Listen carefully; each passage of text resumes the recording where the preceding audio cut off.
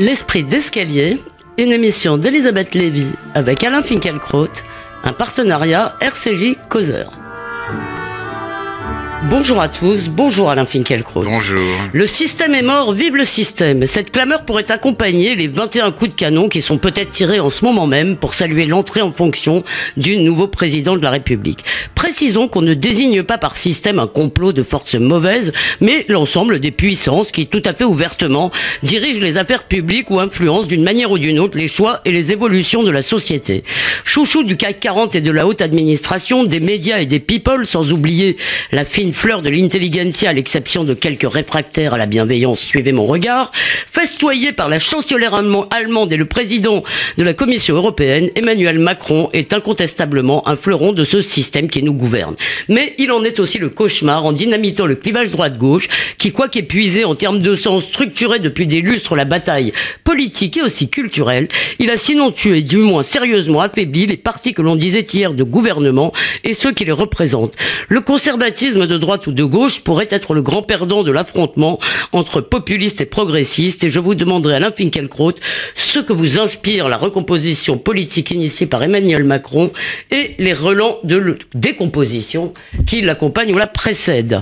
Mais pour commencer cette émission, nous reviendrons longuement peut-être sur la polémique suscitée par la visite d'Emmanuel Macron au mémorial de la Shoah il y a exactement 2 semaines, et plus encore par votre critique de cette visite. Simplement, alors que la journée est en train d'être traitée un peu sur le mode du couronnement royal, je voulais juste savoir, Alain Finkielkraut, au début de cette émission, dans quel état d'esprit vous êtes. J'ai entendu une journaliste ce matin enthousiaste qui disait la jeunesse entre à l'Élysée. Alors, est-ce que ce coup de jeune vous satisfait, vous réjouit ou vous fâche? Alors, vous avez parlé de système, Elisabeth Lévy. Pour les 21 coups de canon, ce n'est pas le terme que j'emploierais. C'est la tradition, c'est le rite, c'est la continuité. Et non seulement je ne trouve rien à y redire, mais je suis très heureux que tout cela existe. Moi aussi. Hein. Non, c'est simplement sur le terme de système. Voilà. Non, mais il visait pas les coups de canon. Non. Voilà. Pardon. Peut-être. Mais peu importe. Cette précision, voilà. je tenais à la faire. J'adore ça, moi aussi. Pour ce qui est du coup de jeune, je crains, tout au long de cette émission, d'être un peu un rabat-joie. C'est vrai, je ne suis pas très convaincu par la semaine que nous venons de vivre. Elle m'a plutôt renforcé dans mes doutes et dans mon inquiétude. Nous vivons un moment d'optimisme, un moment d'euphorie, avec l'arrivée, en effet, de ce jeune homme au pouvoir qui fait penser à beaucoup de gens très bien intentionnés que tout est possible, qui éveille ici ou là, comme nous l'avons dit, de nobles ambitions. Je vais essayer d'en tenir compte. Vous sentez réellement, non là je suis un peu étonné, vous sentez réellement une euphorie au-delà des médias, hein, j'entends. Alors, en tout cas dans les médias, oui. Il est difficile de savoir ce qui se passe au-delà parmi mes proches.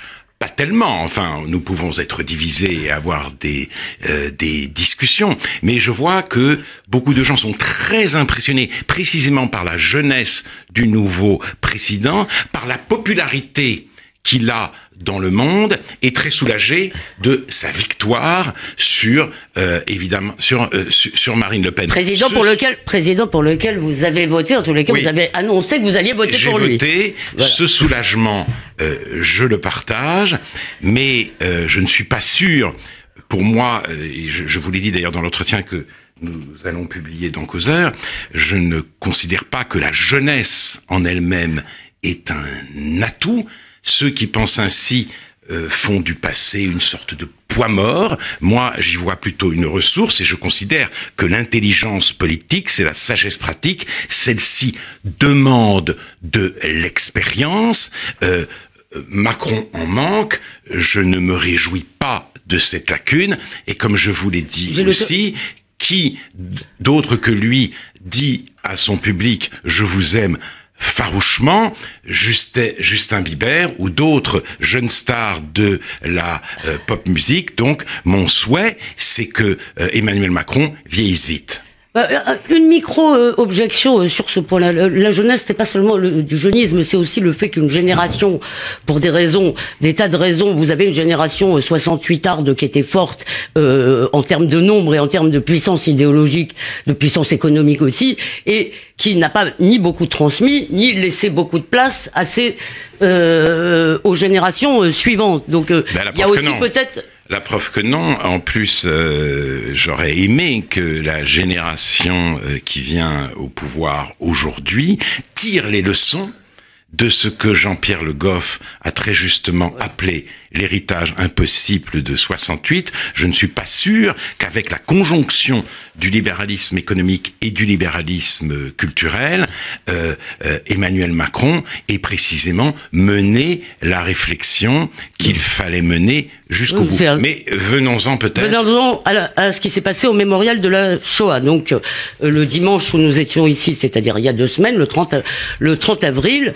Emmanuel Macron s'est rendu au mémorial de la Shoah. Et est-ce que vous voulez que je lise moi-même les termes dans lesquels vous avez commenté cette visite? Oui, allez-y. Voilà. Et voilà dans quels termes vous avez commenté cette visite. Emmanuel Macron a décidé de dramatiser les enjeux et après une visite à Oradour-sur-Glane, il est aujourd'hui au mémorial. Et cette initiative n'a pas eu sur moi l'effet escompté. Elle m'a mis dans une colère qui a surpris et choqué mes proches. Je m'en excuse, mais c'est le fils de déporté en moi qui hurlait. On ne peut pas faire de l'extermination des Juifs un argument de campagne. Les morts et ces morts-là ne sont pas à disposition. Le devoir de mémoire dont on parle tant continue à veiller sur l'indisponibilité des morts. J'ajoute J'ajoute juste pour ne pas allonger trop le propos que vous avez également évoqué le négationnisme au sein du Front National et que vous avez ensuite noté que ce n'étaient pas néanmoins des militants du Front National qui s'en prenaient à des Juifs. Alors maintenant, je vous laisse parler peut-être de la réponse. Alors ça a suscité des tas de réactions. Je vous laisse parler de la réponse qu'a fait François Heilbronn. Non, alors d'abord, un mot. Maudit soit Internet et les internautes. Oui. Ce que je dis se trouve immédiatement réduit sur la toile à 3 ou 4 tweets, et à ces tweets répondent des tweets vengeurs. Je commencerai donc par une prière que je sais totalement inutile. Petites et grandes poussettes, petits et grands poussets, vous qui avez le tweet irrépressible, vous qui tweetez plus vite que votre ombre, écoutez avant de dégainer. Et je vais maintenant répondre à quelqu'un qui m'a écouté, François Heilbronn, en effet, qui est directeur, je crois, du mémorial de la Shoah. Oui, effectivement, parce que beaucoup de gens vous ont accusé on dit, Alain Finkielkraut vote Le Pen. Voilà. Oui, donc alors, preuve exactement de ce que je viens de dire. Mais alors, l'un de ces arguments était de dire qu'une visite d'Emmanuel Macron était prévue depuis longtemps, elle n'avait pas pu avoir eu lieu au mois de janvier, elle a donc été programmée pour la journée de la déportation. Mais j'ai été choqué par l'usage qu'a fait Macron de sa visite au mémorial de la Shoah pour cette journée de la déportation. Car il a inscrit cette visite entre le pèlerinage à Oradour-sur-Glane et l'hommage à Brahim Bouharam, jeté dans la Seine, comme on sait, par des nervis du FN, il y a très longtemps. Oui. C'était donc une séquence mémorielle destinée à le présenter comme le rempart contre le péril brun. Je l'ai dit, je le répète, ce n'est pas ma conception du devoir de mémoire, et j'ai vécu cette visite à la fois comme une profanation et comme une mystification. On l'a vu. Vous durcissez les termes, oui, là. Hein. Mystification. J'ai dit et je redis, l'élection de Marine Le Pen à la présidence de la République aurait été une véritable catastrophe. Le débat l'a démontré, ce débat de l'entre-deux tours. Mais elle n'a pas, lors de ce débat, Marine Le Pen, révélé son vrai visage. Pétainiste, pas du tout. Elle a, avec cette volonté carnassière et souriante de casser les codes, elle a donné une forme trumpiste à un discours ultra-mélenchonien contre la France soumise qu'était censé représenter Macron. Ce fut pour soumise aux puissances de l'argent, surtout, essentiellement. Pas soumise au sens de Bensoussan. Mais soumise soumise à l'oligarchie. Oui. Terme aussi qu'elle a repris à Mélenchon. Et d'ailleurs, ce fut tout pour elle un désastre. Elle a fait honte, même à certains de ses électeurs. Une chose est sûre, elle a tout perdu, fort heureusement, mais aussi, on a bien vu là qu'Hitler avec elle n'était pas aux portes du pouvoir. Et que ce n'est pas un parti hitlérien qui risquait, si vous voulez, de diriger la France, si par le malheur, elle devait être élue. Donc trumpiste, pas pétainiste. Exactement. Ça me paraît... Bravo, cher Alain, pour ce sens de la formule, qui, je vous l'ai déjà dit, ferait de vous un formidable Twitter. Oui, je devrais essayer. Et je rappelle que dans les jours qui ont précédé cette séquence mémorielle, Emmanuel Macron s'était rendu à Sarcelles pour vanter, pour célébrer, tout sourire, extatique même, le bonheur du vivre ensemble dans la diversité. Sarcelles est une commune traumatisée par une violence anti-juive qui ne doit rien au Front National. Si on ne peut enseigner la Shoah dans des lycées de plus en plus nombreux de France, ce n'est pas du fait des jeunes du Front National. Si, comme l'a montré un article récent de l'Express, de Anne Rosenscher, 60 000 des 350 000 juifs de France ont été obligés de déménager en l'espace de 10 ans, et ils ont pour la plupart quitté la Seine-Saint-Denis pour le 12e arrondissement de Paris, ou des communes plus accueillantes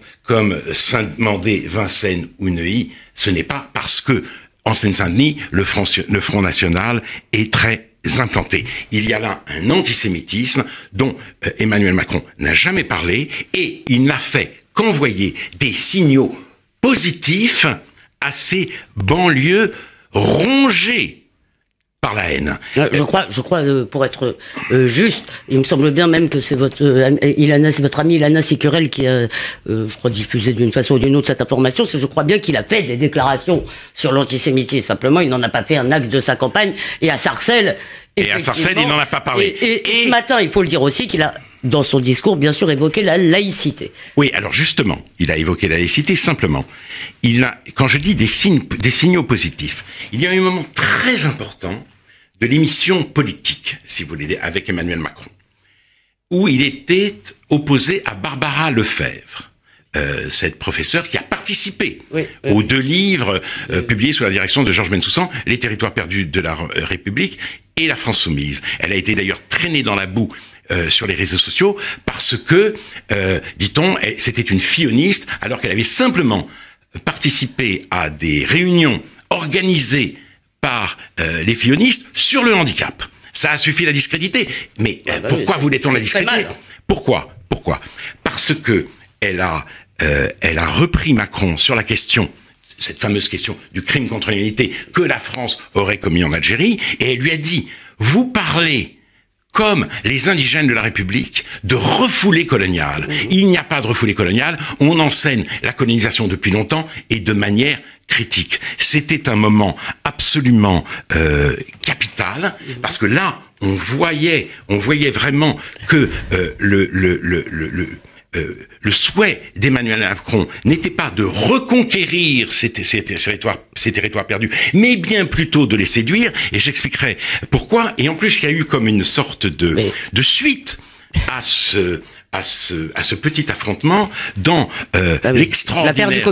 d'extraordinaires reportages, en effet, présentés par TF1 le lendemain de l'élection, 5 mois de campagne. Il avait toute son équipe et lui avaient un micro tout le temps, et il y a eu une réunion de crise parce que, disons, après... Au moment de la polémique, crime contre l'humanité. Voilà. Et alors, j'ai appris... Après des propos donc en Algérie et qui n'avaient rien à voir avec les Juifs. Et donc, à ce moment-là...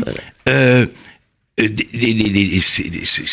staff, la petite start-up de Macron qui s'apprêtait à absorber l'énorme start-up France, eh bien, les membres de cette start-up disaient: on est Titi, trending topic on Twitter. je trouve l'application des macroniens, si vous voulez, à valider le diagnostic de Régis Debray sur l'américanisation de la France absolument fascinante. Et ne soyez pas modeste de valider votre propre diagnostic sur le progressisme macronien. Oui, mais moi je parlais pas d'américanisation comme lui. Et là, il y avait les helpers, les co-workers. Maintenant, il y a les titis. Et j'ai appris aussi que les génies de la société civile qui ont été sélectionnés par Emmanuel Macron pour figurer sur les listes électorales, j'ai entendu l'une des heureux élus dire que c'est vrai que ça va être un vrai challenge. Je la cite. Elle a dit c'est vrai. C'est vrai que ça va être un vrai challenge. Et donc elles vont subir très vite, ces recrues, des séances de coaching et de média training. Donc je me demande s'il ne faudrait pas revenir sur l'ordonnance de Villers-Cotterêts et faire du globish définitivement la langue du royaume. Toujours est-il que... Oui, vous êtes vénère. Hein. À ce moment-là, voilà. À ce moment-là, Emmanuel Macron a dit, pour résumer la situation, les névroses françaises, ça dit énormément sur ce qu'est la société, les gens sont à cran. Je voudrais faire remarquer, si vous voulez, la lucidité, la profondeur, la pertinence et la subtilité de l'analyse. Laurent Saïm, à ce moment-là, a dit que le problème, c'est que il y avait comme une sorte de monopole dans la communauté juive et que elle a dit les juifs veulent le copyright. Non, c'est pas lui elle qui l'a dit. C'est Ni Ben Diaye, qui est responsable presse, qui est arrivé d'ailleurs tout à l'heure à la cérémonie de passation des pouvoirs avec des baskets, ce qui a enthousiasmé le parti des médias, et c'est elle qui a utilisé le mot copyright. Alors là, je voudrais citer un texte publié par Benjamin Oliven sur sa page Facebook. Outre l'image très noble que ces gens ont des juifs, ce n'était absolument pas le problème que posait cette déclaration. Ce qui était reproché à Macron, à tort ou à raison, c'était d'avoir incriminé le pays dont il réclamait la présidence et d'en avoir rajouté une louche dans le démolissage de la France. Surtout à une époque où il est permis de penser que ce genre de démolissage pousse certains enfants qui se sentent tributaires de la mémoire algérienne à en vouloir à la France. Gilles Kepel rappelle même que les attentats de Mohamed Merah ont eu lieu, consciemment ou non, le jour du cinquantenaire des accords d'Évian. Il est inquiétant, continue Benjamin Oliven, de penser que l'entourage de Macron voit la France comme une addition de communautés à qui il faudrait faire des bisous tout en équilibrant les vexations que créent ces bisous chez les autres. Un petit peu pour les musulmans, un petit peu pour les juifs, un petit peu pour celles, un petit peu pour ceux. Et non comme une république et comme une nation.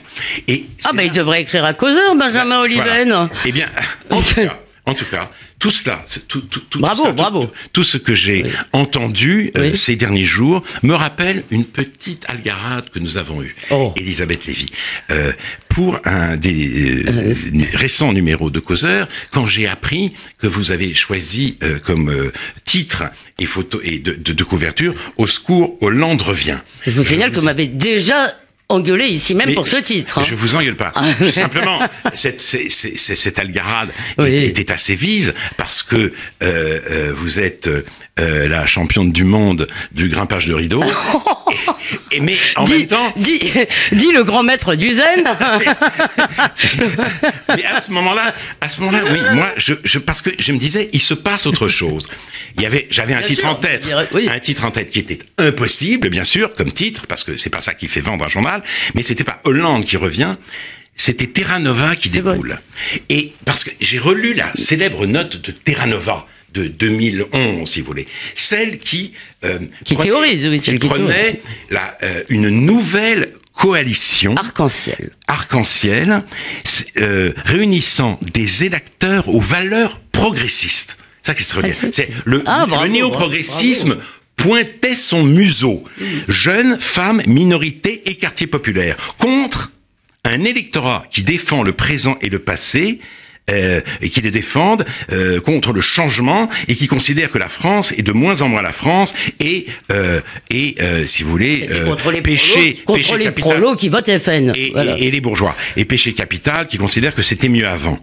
Donc cet électorat en effet était accusé du côté de basculer du côté du Front National. Donc il me semble, si vous voulez, que la stratégie d'Emmanuel Macron, c'est, comme je l'ai dit, non pas de reconquérir les territoires perdus, mais de les séduire, de les caresser dans le sens du poil, non pas de les intégrer dans la France d'avant, mais les intégrer dans la grande coalition de la France d'après. Et c'est là, si vous voulez, qu'est intervenu un autre événement. Et pour moi, et je le dis d'un ton solennel, particulièrement grave et scandaleux, alors je le dis en deux temps, d'abord l'humiliation subie par Manuel Valls, qui demande, l'ancien Premier ministre, l'investiture d'En Marche, et il y a Benjamin Griveaux qui dit il a qu'à faire la queue comme tout le monde. On voit la bienveillance macronienne à l'œuvre. En matière politique, l'amour et la bienveillance sont des attrape-couillons. Et après, on consent à ne pas présenter de candidat contre lui, mais le vrai scandale n'est pas là, Elisabeth Lévy. Le vrai scandale, c'est que Malek Bouti, qui demandait la même chose, non seulement n'a pas reçu l'investiture, mais il a face à lui, dans l'Essonne, un candidat En Marche. Bon alors, juste deux choses. La première, c'est qu'il y avait beaucoup de Terra Nova chez Hollande, dans la personne, par exemple, de Madame Najat Vallaud-Belkacem. Donc, mais vous aviez raison, ce titre ne disait certainement pas la nouveauté qu'il y a dans le phénomène. Et pour ce qui est de la gauche républicaine, pardonnez-moi, vous avez certainement raison, mais d'un autre côté, ils n'ont pas beaucoup défendu leur position laïque. Ils sont allés, et vous l'aviez remarqué ici même, ils sont allés chez Macron, si vous voulez, sans même faire valoir cette spécificité. Donc, c'est vrai, mais voilà. Pas Malek Bouti. Vos propos, hein. Pas Malek Bouti. Oui, enfin, c'est un groupe. Malek Bouti, c'est l'alternative vivante aux indigènes de la République, au CCIF, à Ouria Boutelja, à Marwan Mohamed. Il donne un visage à l'intégration et à ce que peut être une république, une indivisible et hospitalière. Et que je vous ai dit dans notre entretien, avant d'apprendre cette nouvelle terrible, ce scandale aux proportions incalculables, qu'avec l'élection d'Emmanuel Macron, le désastre nous a sauvés de la catastrophe. Eh bien, je suis obligé de confirmer, et j'ai peur qu'au bout du banc, si j'ose dire, et avec la politique migratoire qui sera celle d'Emmanuel Macron, les Juifs soient les dindons de la farce antifasciste qui se joue sous nos yeux. Et un mot encore, Richard Ferrand et Jean-Paul Delevoye, qui s'occupent de tout ça, a donc refusé l'investiture à Malek Bouti, mais cette équipe a voulu investir Mourad Boudjelal, le président du club de rugby de Toulon, l'un des artisans les plus efficaces de la mainmise du sport business sur le rugby. Il a refusé, mais cela montre encore cela traduit l'exhortation de Macron aux jeunes de banlieue sur le Bondi Globe: devenez milliardaires, ayez le goût d'être milliardaire. Voilà ce qu'on dit à cette jeunesse ravagée, comme le montre si bien Malek Bouti, par les démons de la francophobie et de l'antisémitisme. Alors juste un mot. D'abord, je renvoie les auditeurs à l'excellente réplique d'hier, parce que comme cette émission va être frustrante, vous y avez dit beaucoup de choses, et notamment sur la gauche, je les renvoie à cela. Un mot sur Richard Ferrand, peut-être. Non, Richard Ferrand... On laisse tomber. On laisse tomber. Alors, on lira ça. Alors quand même un mot sur le sens peut-être général. On peut arrêter sur les Juifs, sur cette... non, on arrête absolument sur les Juifs. Voilà. Je dis... Après tout, je me suis rendu compte que cette émission était surveillée par des gens qui ne font pas partie du public régulier de RCJ. Ne dites pas surveillez, ne chassez pas les auditeurs. Non, surveillez-nous, écoutez-nous, mais enfin ça va pas.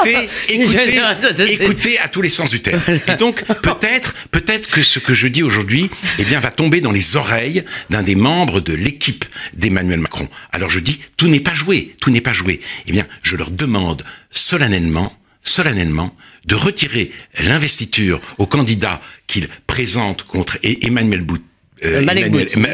contre Malek Bouti. Cela voudra dire qu'effectivement, dans le progressisme de Macron, il y a place pour les partisans de la laïcité républicaine. Sinon, il faudra en faire son deuil de cela et en tirer toutes les conséquences. Je m'efforcerai de transmettre cet appel à Alain Finkielkraut et nous verrons comment ils réagissent tout de même. Alors bon, je vois avec désespoir qu'il nous reste très peu de temps. Malgré tout, dans ce qui est en train de se passer, si vous voulez, dans la recomposition qui est en train d'avoir lieu, il y a peut-être d'abord un élément de clarification, je crois que nous en avons déjà parlé, et dans le fond, est-ce qu'il faut se désoler de la fin du clivage droite-gauche? Même si celui qui le remplace n'est pas celui qui vous convient pour l'instant, faute de force conservatrice, à mon avis, mais est-ce que ça vous désole qu'un clivage qui n'avait plus de sens disparaisse? Non, ce qui me désole, c'est de voir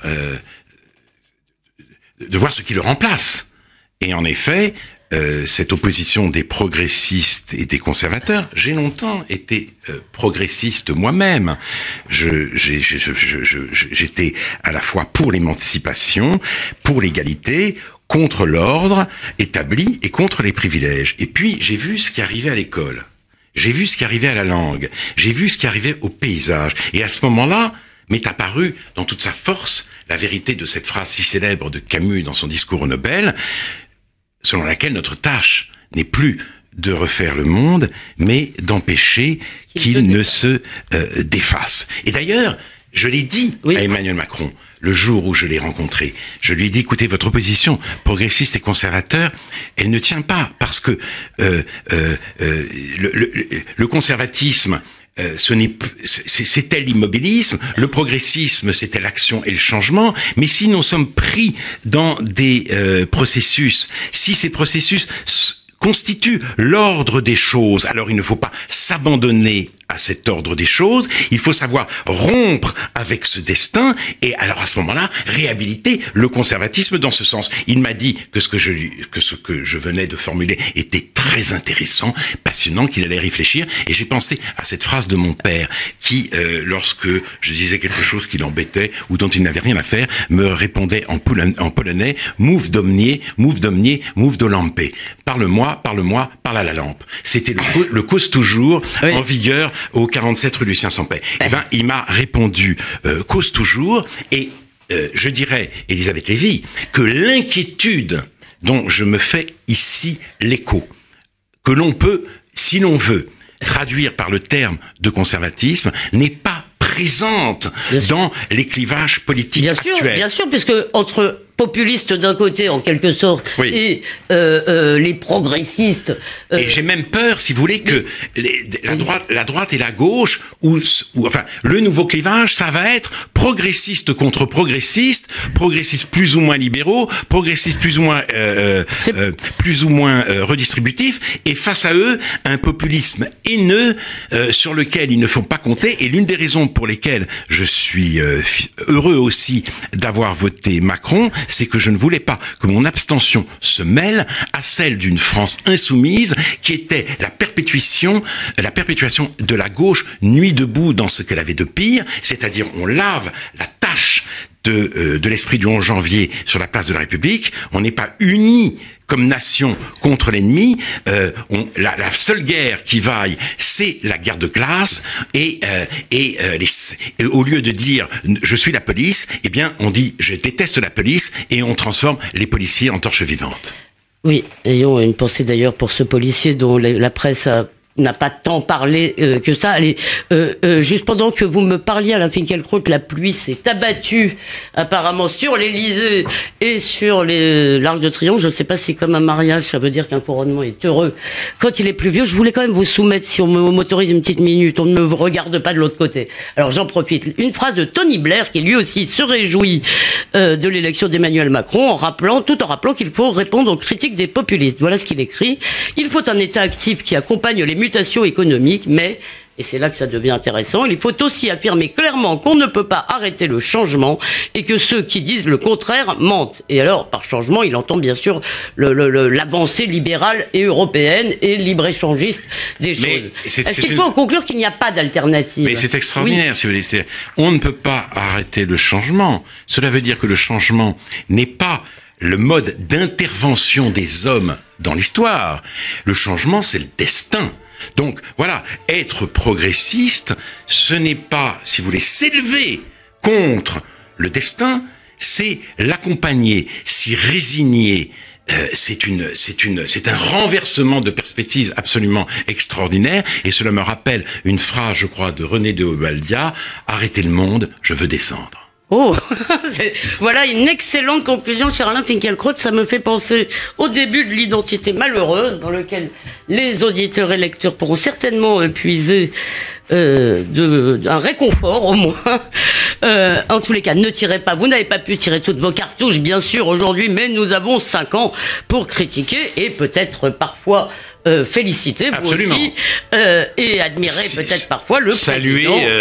Évidemment. Le président pour lequel vous avez voté. On lui fera part de votre appel à enlever les obstacles devant l'élection de Malek Bouti. D'ici dimanche prochain, on peut vous lire dans le nouveau causeur qui sera disponible mercredi et qui parle bien sûr du nouveau chef de l'État. On peut aussi réécouter cette émission sur causeur.fr et radio-rcj.info.